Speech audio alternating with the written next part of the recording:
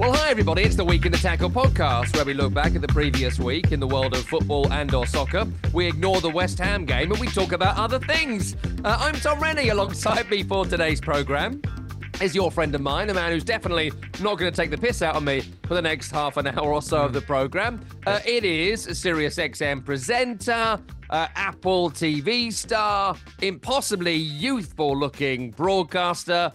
It's Brian Dunseth. How are you, mate? You okay? I'm good, Rennie. I'm good.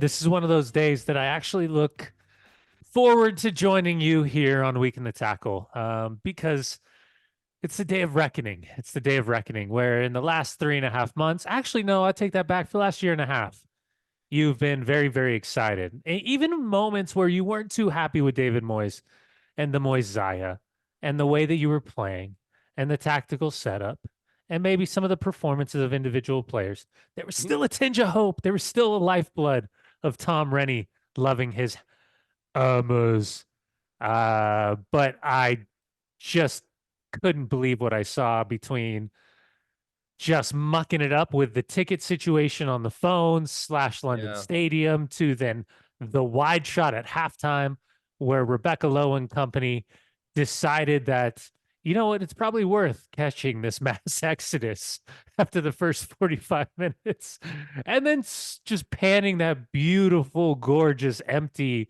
white-seated stadium. Some would say you hate to see it. Yes, you wouldn't know, would you? Because you love to see it.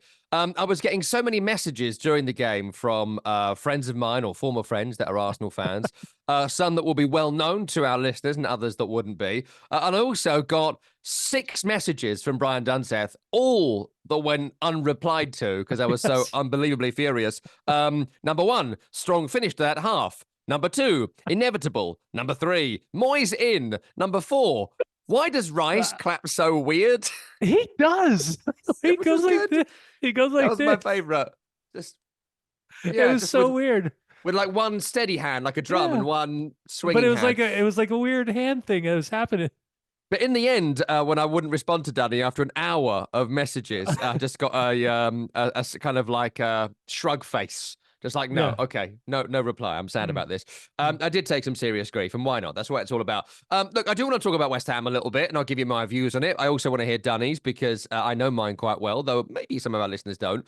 And we'll also talk about the other side of things too, that Arsenal have gone from their victory over Liverpool last week, which we agreed on the show was probably their best performance of the season, and they didn't then buckle in the next game, which has been a narrative of Arsenal at points this season. You could say they got better. I don't think they did get better performance-wise, but of course, results-wise, they did. And can I just say on the Exodus thing, the picture that they were getting, there are people that left the bowl. So I think you've been to the bowl, people have been to the bowl before.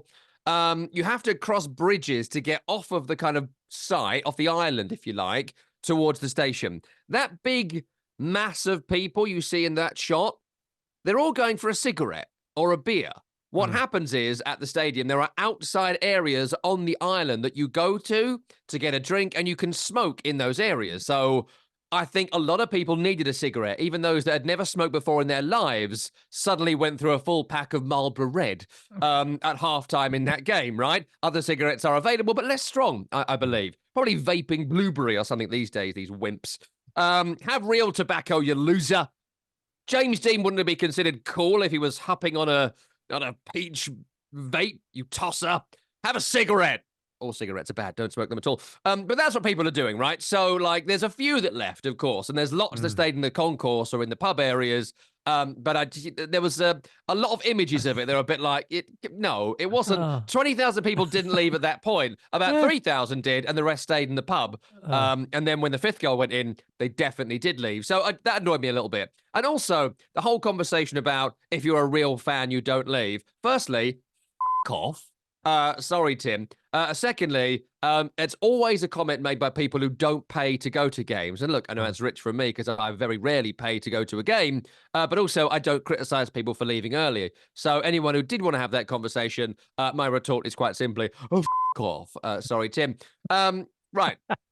Away from all that, I do want to do a bit of West Ham chat, but Dunny, you watched the game and you have had to, because of me, suffer through a lot of West Ham over the last couple of years that maybe you probably would not have watched. What did you make to that game? Did you see that coming? How good were Arsenal and how bad were West Ham?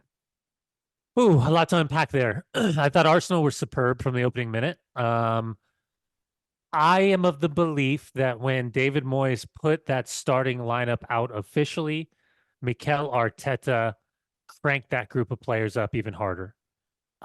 Because when you're taking outside backs and using them as left midfielders, when you're leaving attacking players on the bench and not even turning to them and giving them an opportunity to even try to score a goal, I think the signal was sent very clearly from Moisiah and company that this was going to be a game where we tried to do our best to keep it 0-0 at halftime.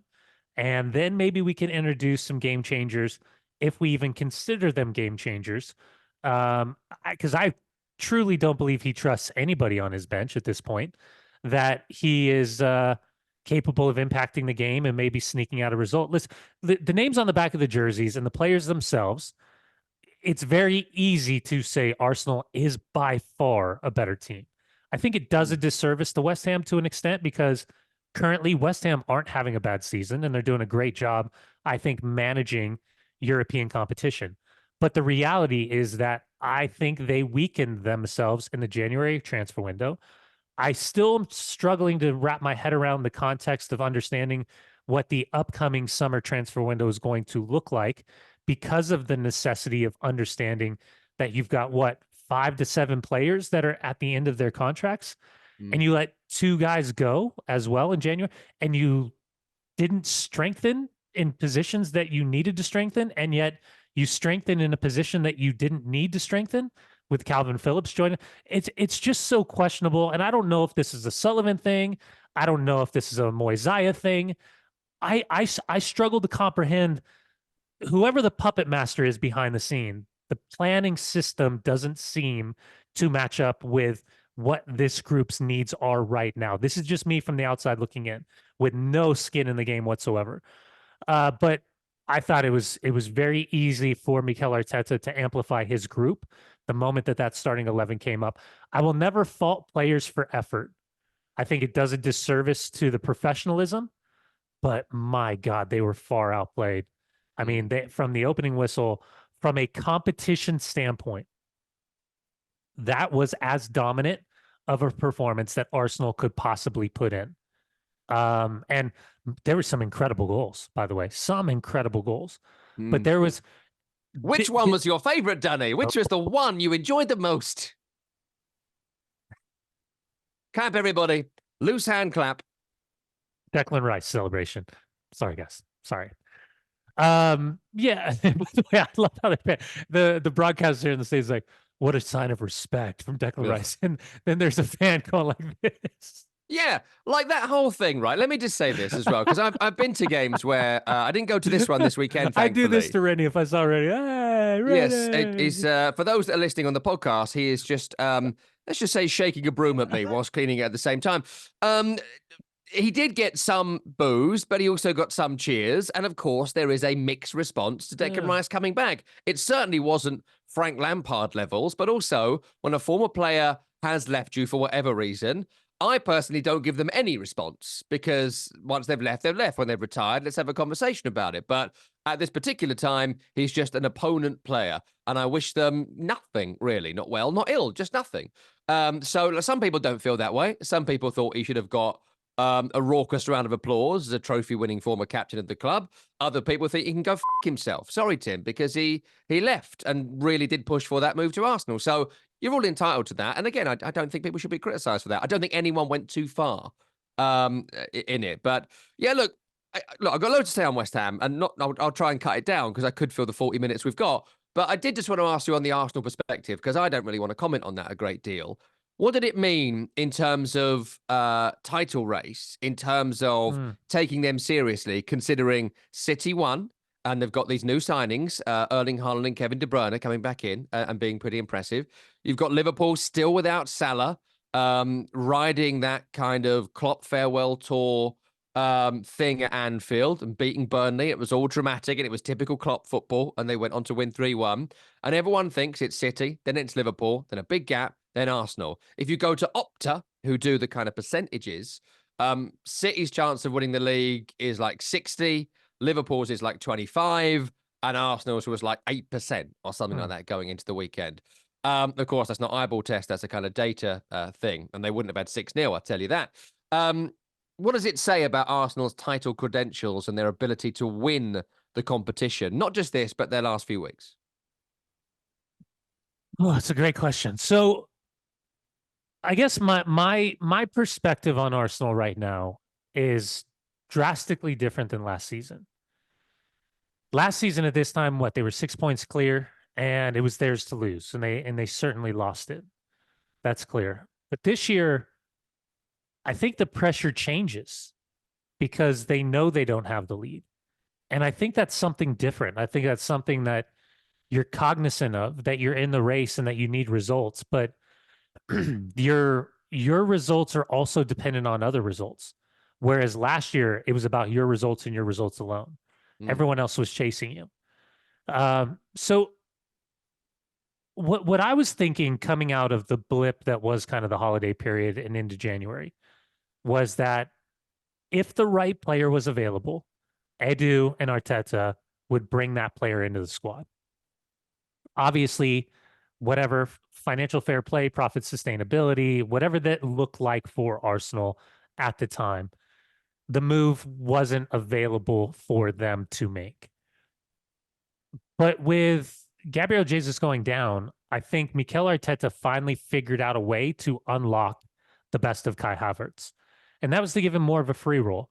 And maybe the reintroduction of Jorginho in a more prominent sitting role alongside Declan Rice was beneficial enough to let Odegaard and then Kai Havertz find a little bit more freedom and the idea of a false nine.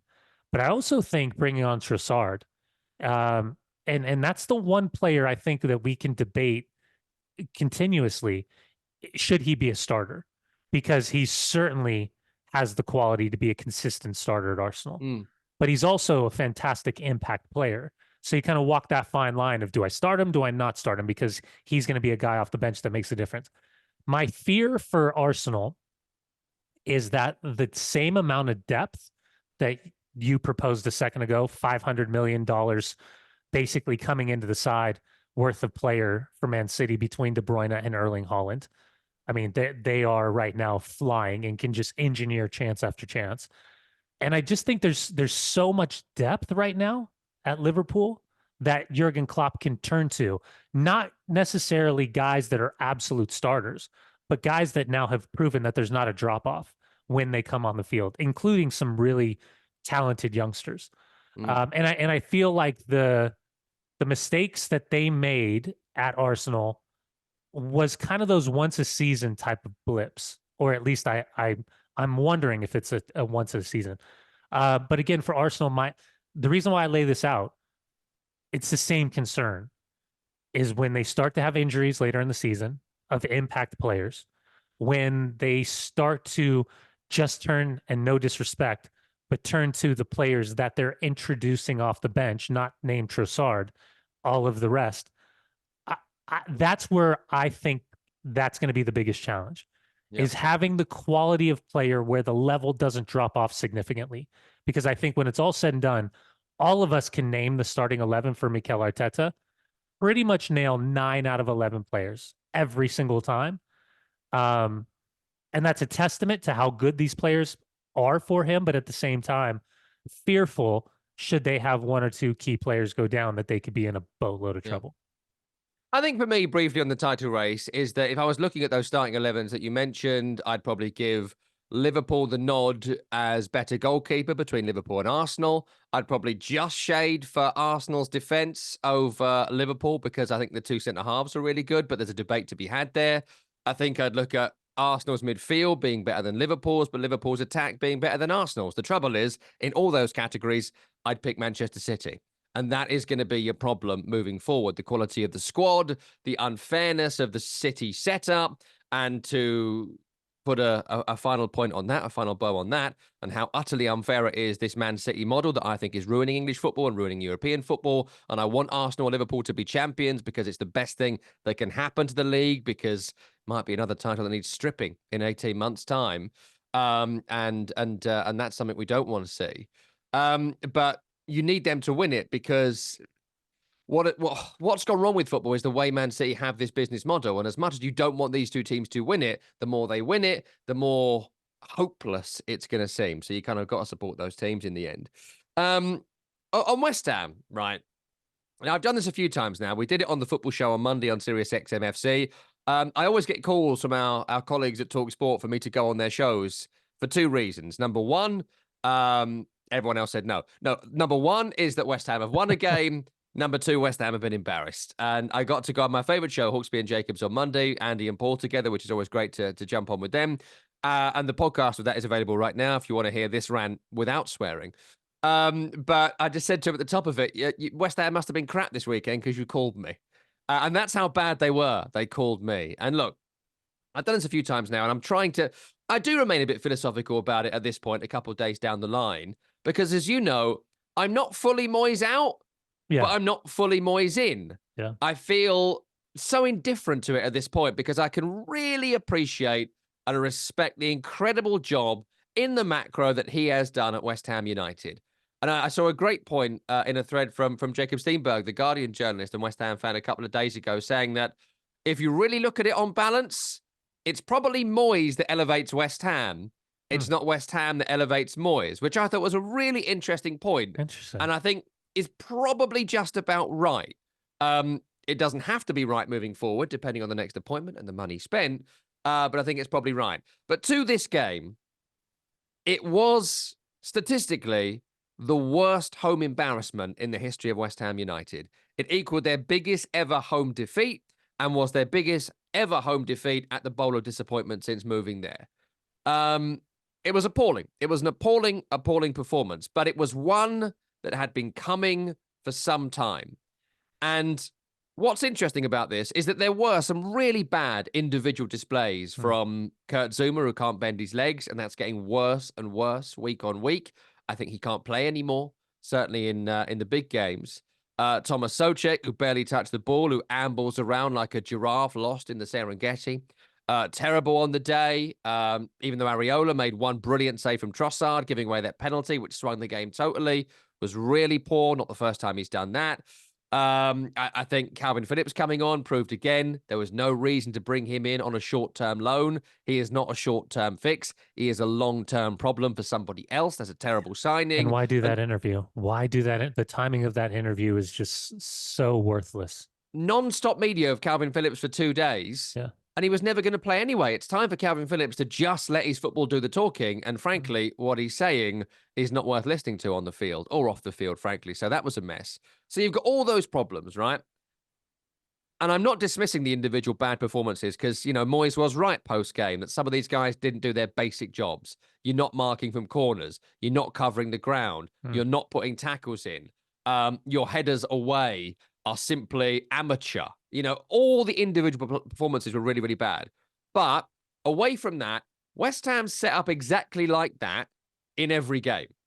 West Ham set up not too similar to that when they beat Arsenal at Emirates Stadium in December, which I think is why Arsenal took West Ham so seriously in this game. They do not play like anyone else in English football. What they do is zero pressing.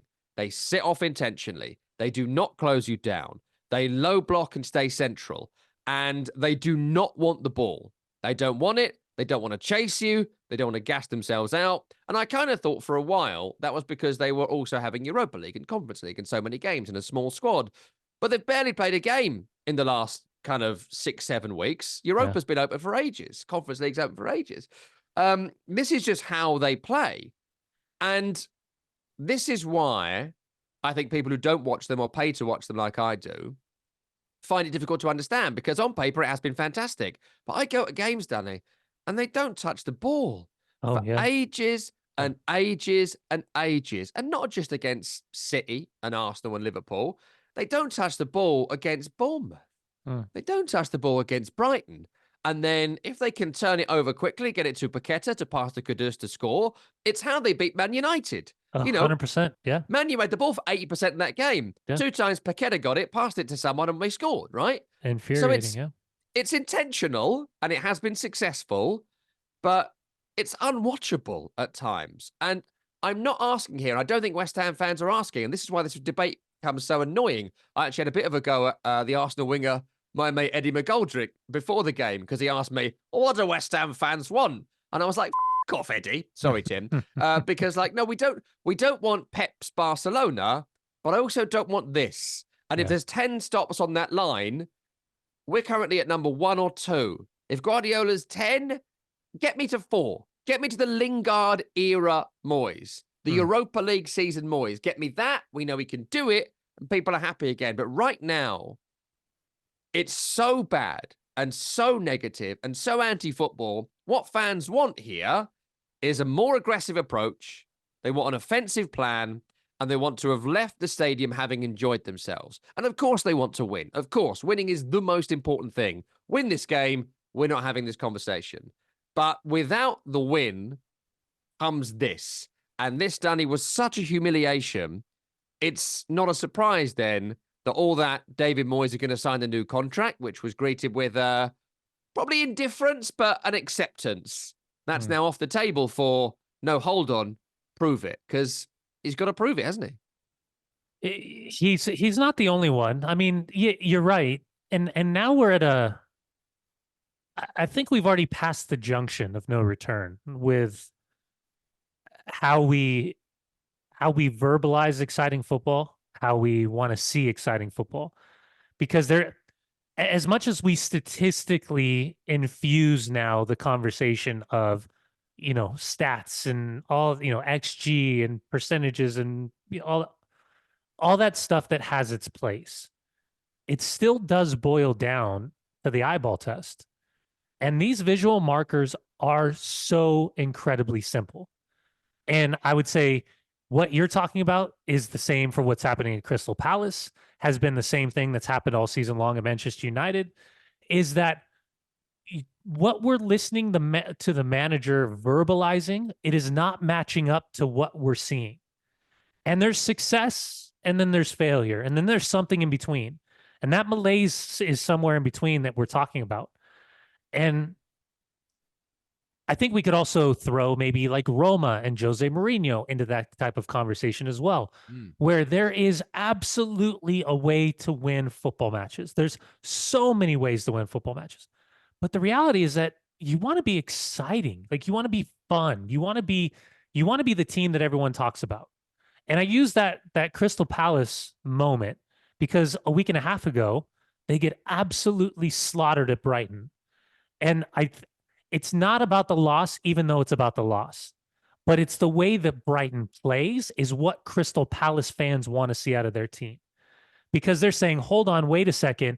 Very similar structures, at least a few years ago. Why are they playing so much more fluid, so much more attacking, with so much flair, with so much creativity, with fucking balls? Sorry, Tim. And then you look at the way our teams play at times, and you're like, I don't want to chase. I don't want to watch my team chase the ball for 90 minutes. I don't want to just kick the out of the ball. Sorry, Tim. Now I'm going and just chase it down the way. Like, even watching the game for United the other day, I'm watching them at 1-1, low block defend. Their first line of contention is like 35 yards out of their own penalty area. It's not making sense. And then I was texting with friends. It's like, oh, what's the tactic? Kick the living shit out of the ball. Sorry, Tim. And hope Rashford or Garnacho can get on the end of it. And it is extremely effective. But that's not what we want. And until it's not. This kind of bleeds back into the conversation of me trying to convince you about these modern day football fans. That these now kids, my son's ages, it's not about the loyalty to the club. It's about the loyalty to the excitement of the way that they watch a team play. And that's where we're kind of in between right now. It's all of us. Well, you are completely different than I am, obviously, with your West Ham loyalty and growing up and being since day one, whereas my fandom for Manchester United was based on how much fun they were to watch in the early 90s. And because I was exposed to my friend whose family was from Oldham and who's sending VHS tapes over, and we'd wear those things out. But it was based on, that's how I started to fall in love with the team, was based on how much fun they were to watch. That's what's happening right now, is for these teams that are really difficult to watch, that it doesn't line up philosophically with what the manager's saying versus what we're seeing on the field. It's hard to swallow. And it goes back to what we've been debating with David Moyes, the Moyesiah, for the better part of now, 14 months. If you sack him, if you walk away from him, I fully understand why. I would say the same thing right now with Roy Hodgson. 100%. I understand why. But who are you going to bring in? And what does that plan look like? Because right now, I think what we're effectively saying is that wherever the debate is, does David Moyes raise West Ham, or does West Ham raise David Moyes? If Graham Potter took over tomorrow, how does that change the way West Ham plays? Significantly changes the way West Ham plays. I mean, we talk about De Zerbi, talk about Potter. You can even talk about Unai Emery. All these levels of how much does the manager change the team? I think now is a very similar conversation to what if, with regards to your squad, West Ham, and what we're talking about with Crystal Palace and their complete show and collapse that we've seen defensively over the last couple of matches. Sorry, Tim. I mean, and briefly on that, if you are to bring in someone like Graham Potter, which, you know, I've not got insider information or whatever, the bookies think so, but the bookies have got a finite market to pick from. Graham Potter comes in. This is why it's such a big conversation here. If he comes in, Zuma can't play for Graham Potter. Thomas Soucek can't play for Graham Potter. I'm not convinced James Ward-Prowse can play for Graham Potter. Vladimir Soufal couldn't play for Graham Potter. I have my doubts about Antonio playing for Graham. I mean, look, what I'm saying is it would require a massive squad overhaul. And are West Ham up for that? Because if they are not, that's the wrong appointment. And are you bringing someone in then to take David Moyes' squad and add some of the aggression? You mentioned it earlier on. Just show me some fucking balls. Sorry, Tim. And we're seeing sitting off, listlessness. I want to see life. I want to see energy. And I'm not seeing, and if you just add energy to that team, I think there'd be a difference maker. But I sit in a 62,500 seater stadium, which is where the Palace comparison is slightly off. Palace do not get 60,000 bums on seats for some of the game, at least, to watch it. And when you get that, it's so hard to harness that crowd. It's easy to harness 20,000 at Selhurst or 11,000 at Bournemouth, because a small crowd can be drawn into an atmosphere. It's incredibly hard to make that disjointed stadium work in unison to encourage the team. I have seen it. Sevilla or Leicester or victories over Man United or Liverpool, they've had some incredible wins where the atmosphere has been great.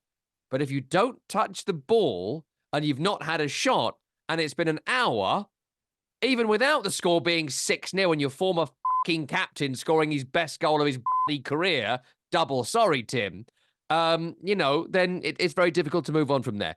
Listen, we're going to move on from there because I think that's well covered. I do want to ask you a few more questions about a few more stories this weekend. And in fact, I might start with this because I think it's such a brilliant story. AFCON. I do want to ask you about AFCON because Côte d'Ivoire, I love saying it that way, Ivory Coast, victorious. And the story of it is just so wild. Look, we haven't covered it in amazing detail, all right? So I'm not going to throw you under the bus and ask you to name your top 3 players from AFCON or anything, but the story of it being won by Ivory Coast is absolutely amazing. So they lose 2 of their group stage matches, including one against Nigeria, who they go on to beat in the final. They sack the manager, Jean-Louis Gasset, and essentially have a caretaker manager in charge for the rest of the tournament. They're on the brink of elimination multiple times during the knockout stages. They win a penalty shootout in one of them. Another is a 122nd minute winner to get to the final, the Allaire goal in the semi. And then in the final, it's 1-1, 80th minute at home against Nigeria, a better squad, the mightiest nation in Africa, the biggest population of a nation in Africa, and Seb Allaire, just back from testicular cancer and being bombed out of West Ham by David Moyes, there's always a link, scores the winning goal in this game. I mean, Dunny, you have sat through Arsenal all or nothing. You have even watched some of that incredible Tottenham documentary where they came sixth or some. Sorry, Tim. This is the stuff. I'm never going to watch it. This is the stuff that deserves a proper. Let's get Tarantino or whatever on this. Let's get the real movie makers on this, because this is the stuff I want to see made into a movie. Incredible tournament, an incredible finish. Tom, Rennie, I didn't watch a single second of AFCON. I didn't watch a single second of the Asian Cup as well.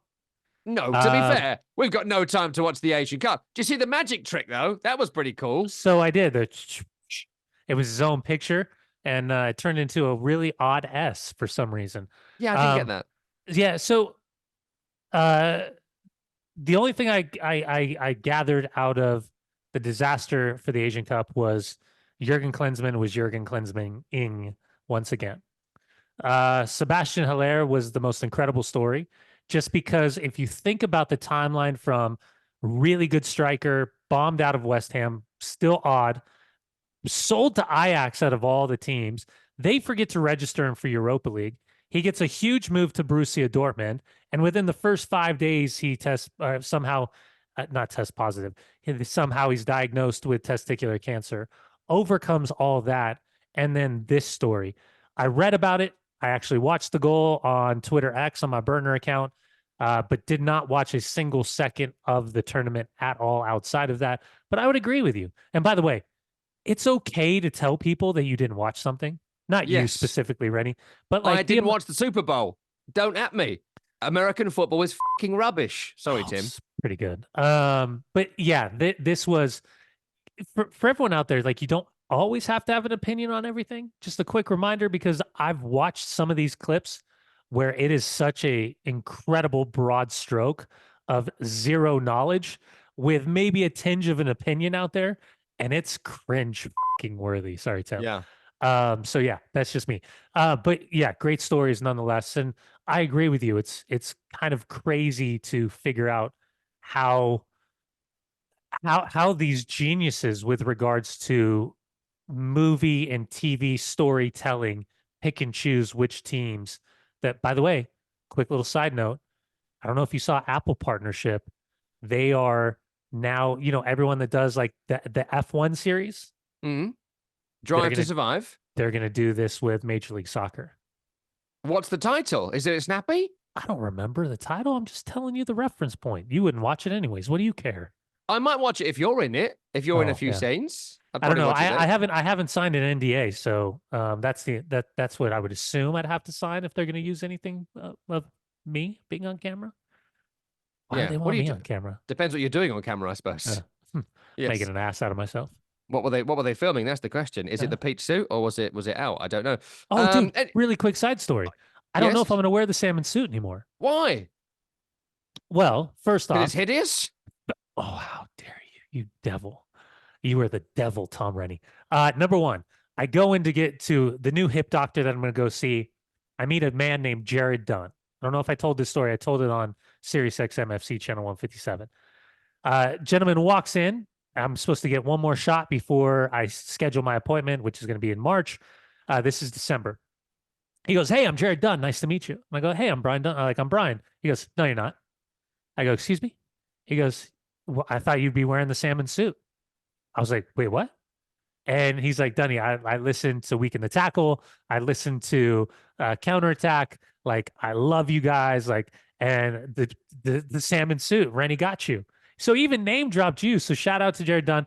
The only thing I will point out, he's a Tottenham fan, so he's allergic to trophies. But outside of that, I didn't make that joke until after that needle exited my body, because it's too close to the jubblies and the bitses and the parts, and rather him not. You shouldn't have jubblies. What surgery are you having? Well, I guess the jubblies, they're like you know what a heart looks like? Yeah, I'll say the heart. Down, and that's what I'll say the heart. Turn it upside down. That's what your balls are going to look like next year. Joke. Sorry, Tim. Speaking of Tottenham Hotspur, let's talk about the Tottenham Hotspur of Germany, Bayern Munich. I'm not sure you should be buying Tottenham Hotspur players should you wish to win a trophy this year, at least. Wanted to ask you about the loss against Neverkusen. I always enjoy that. Leverkusen, second Kusen, if you say it in the perfect German that I just did. The reason they are called Neverkusen is because they were runners-up in 97, 99, 2000, 2002, and 2011. They have never been German top-flight champions. You wouldn't know that watching Xabi Alonso's side wallop old Bayern at the weekend. 5 points clear at this particular moment in time. Some of the football has been really terrific. That was the first 90-minute Leverkusen game I've watched all season. So look, as ever, let's take that with the pinch of salt it deserves. There are many people that know German football better than me, but they were incredible. Like first 25 minutes, KG, from the moment the Bayern Munich low knee, Stančić scored the opening goal for Leverkusen, which was hilarious. In total control of the game. And then that 96th minute Frimpong goal with Neuer doing his South Korea striker bit. It's starting to feel like it might happen, this. Yeah, a couple things. I think I've said this here. I was at Bayer Leverkusen 1998 for 3 months, October, November, December. It's something that we used to do in MLS because the MLS season wouldn't start until April and it would end in October. And so in the build up to the Olympics, they would basically like send us out, excuse me, all of us young players. And I was fortunate enough to go to Glasgow Rangers one year. I went to Bayer Leverkusen the next year. Year after that, we kind of did a tour of England and Portugal and just played a bunch of games just to try to keep us developing. It was a really awesome experience. I was there after Frankie Haydock and after the World Cup when Frankie was there. And so I got to kind of understand what the mentality and the culture was within the club. And that was also the Christoph Daum days where if you don't know that story, oh God, go and just search Christoph Daum, Daum. And you talk about one of like the most celebrity, then political like moments that just exploded all over German national television. Whew, crazy. But yet, listen, the city, for those that haven't been there outside of Cologne, it's Bayer, the facility, Bayer Drugs. It is a very strong mentality, kind of neighborhood area city.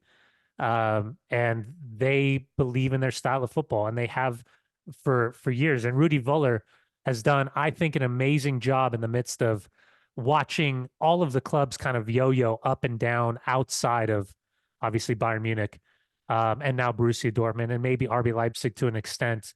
But then you throw in, you know, all the clubs that have had success and then find themselves relegated. They've always been pretty stable. But when they hired Xabi Alonso, that was for me kind of a risk versus reward. Here's this incredible, like top tier world class footballer, his pedigree, his influence, the fact that he played in Germany, speaks the language, all of these things. It was his first gig. And what he's doing tactically has challenged, I think, a lot of the different teams that he's coming up against. And there's a mentality, and he's got Xhaka playing out of his mind. And people will say, well, that's the level, blah, blah, blah. Fair enough. But the reality is that they're going up against a team with virtually unlimited budget, but in a weird transition period.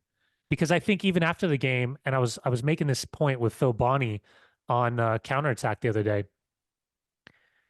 it almost felt like Thomas Muller was the only one that had the DNA in him that's still there, meaning the Franck Ribéry's and with Neuer, Manuel Neuer, and obviously with Joshua Kimmich and all of that. But there's something different when Thomas Muller has been the guy, been just the DNA of the lifeblood of the club. Even in moments when he hasn't been first choice, he's worked himself back in to be kind of the voice and the leader. And to see his response afterwards, this one felt different from them being dumped out of Pokal. It felt different from them and some of the other results that hadn't gone their way. This was, holy shit, we're going to fucking lose the title. Sorry, Tim. Sorry, Tim. That's what it felt like. So a couple of things. Number one, if you're Matthias de Ligt, you've got to just, I can't imagine what his relationship is with Timmy Tickles, considering Eric Dyer's starting in a back three. That to me Wild. is just what. Number two, poor Harry Kane. If this is the year that they don't win I the know. Bundesliga title, poor Harry Kane. I feel so bad for him. This is the first year ever I want Bayern to win the league, and it's poor, not going to happen. Poor Harry Kane. Poor Harry. And then Timmy Tickles. By the way, did you see that shot of When they cut to Julian Nagelsmann, yes, behind Rudy Voller? loving it. Oh my God. Because now you go back, and I still think they pulled the trigger too soon. I can understand the complexities. It's Bayern Munich. There's so many different variables that come into play.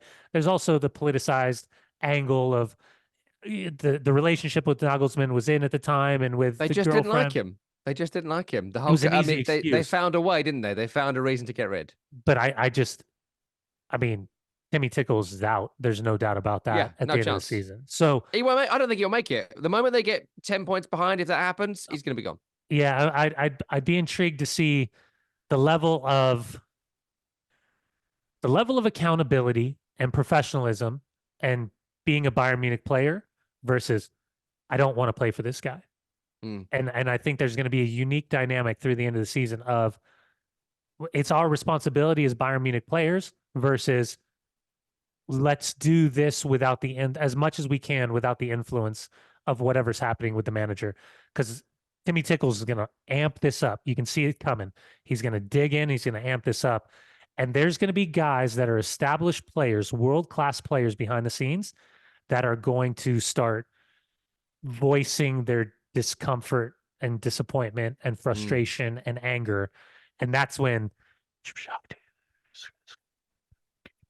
and like the looks, like that type of stuff, that's when you know things start to really go sideways quickly. If it does go wrong for Timmy Tickles, I hope they give Christoph Daum a call. I mean, by the look of it, he's probably busy Saturday nights, but he might be available for Sunday games. I don't know. You did a quick scroll, didn't you? I was reading it. Yeah, I was reading it, and I wish I was his friend in 1996. Listen, we are out of time. Right? We are so wild. This is proper. You need to, and if there's not a biography written yet, someone write it because I will read it. And I'm more than happy to join you doing the research for it. Right, we're out of time for this week's Week in the Tackle. Brian Dunseth was with me, Tom Rennie. If you are watching this on YouTube, listen as a podcast. If you were listening as a podcast, you can watch the entire thing on YouTube. Tim Horsey produced the program, and we'll see you next week.